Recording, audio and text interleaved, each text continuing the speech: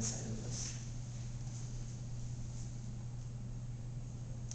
So I did want to touch a little bit on these other spiritual gifts. So they have healing, miraculous powers, prophecy.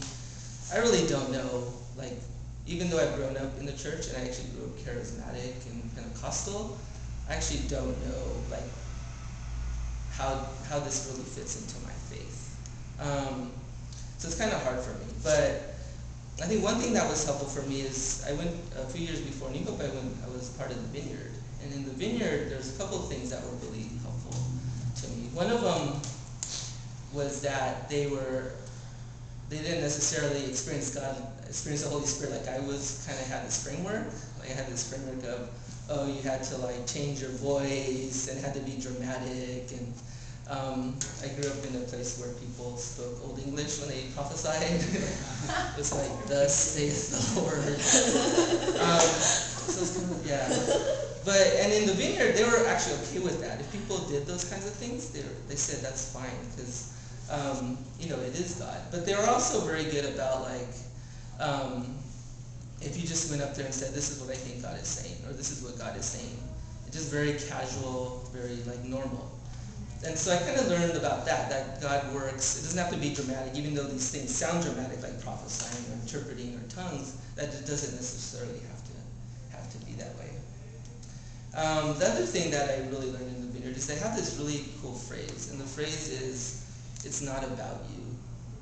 And so they use it in a lot of different ways. So they use it to say like, it's not really about you, it's really about God.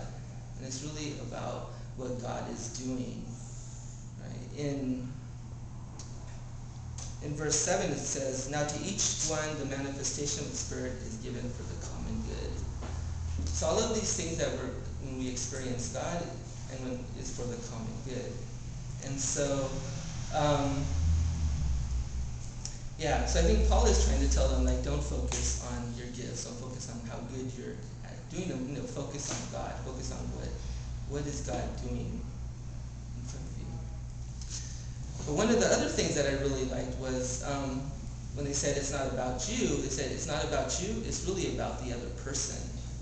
So when we're praying for someone, when we're giving someone advice, when we're speaking truth to someone, really it's about the other person. It's not really about us and how good we are. It's not really about us and wanting the other person to recognize us for saying good things to them.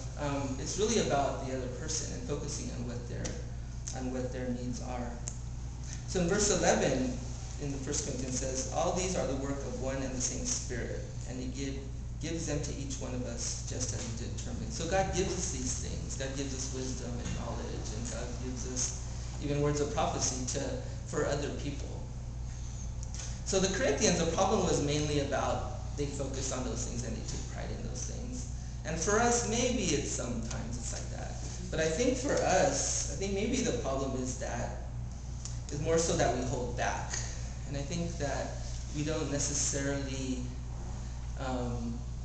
go out and say what God is really putting in our hearts, or that we really take the initiative to pray for other people, or to focus on the other person. So I don't know. It could be that we're intimidated, or it could be some sort of fear, like, oh, maybe we're not good enough, or what is the other person going to think? So in thinking about that, I kind of went back to one of my favorite scriptures. So I really love the Sermon on the Mount. And in the Sermon on the Mount, Jesus says, you are the light of the world. And so when he says you are the light of the world, he's not actually just speaking to his disciples. He's speaking to everybody who's following him, everyone who's listening to him. He's saying, you are the light of the world. Then he says, how can a light be seen if it's hidden? And so if you know God, like how can other people experience God through you if you're just hiding it, if you don't really go out there and show God? And so I think after that he says, do it for my glory. Do it so your works can be seen, that people can glorify me. And so I think when you think of it that way, I think hopefully it takes some pressure off, that we do these things not necessarily for ourselves or for others necessarily, but that we can experience God and that God can be glorified. And so kind of not focusing on ourselves, but focusing on that.